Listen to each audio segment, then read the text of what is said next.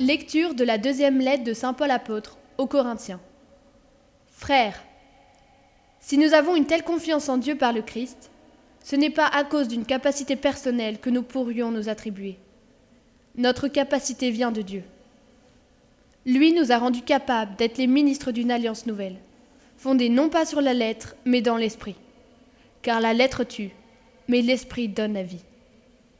Le ministère de la mort, celui de la loi gravée en lettres sur des pierres, avait déjà une telle gloire que les fils d'Israël ne pouvaient pas fixer le visage de Moïse à cause de la gloire, pourtant passagère, qui rayonnait de son visage. Combien plus grande alors sera la gloire du ministère de l'Esprit.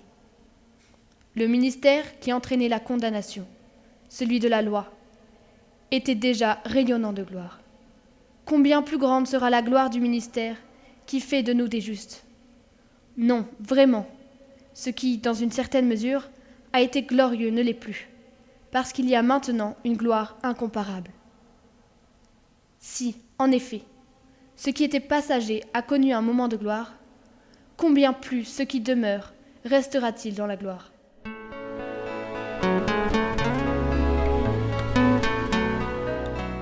Évangile de Jésus-Christ selon saint Matthieu. En ce temps-là, Jésus disait à ses disciples : « Ne pensez pas que je sois venu abolir la loi ou les prophètes. Je ne suis pas venu abolir, mais accomplir.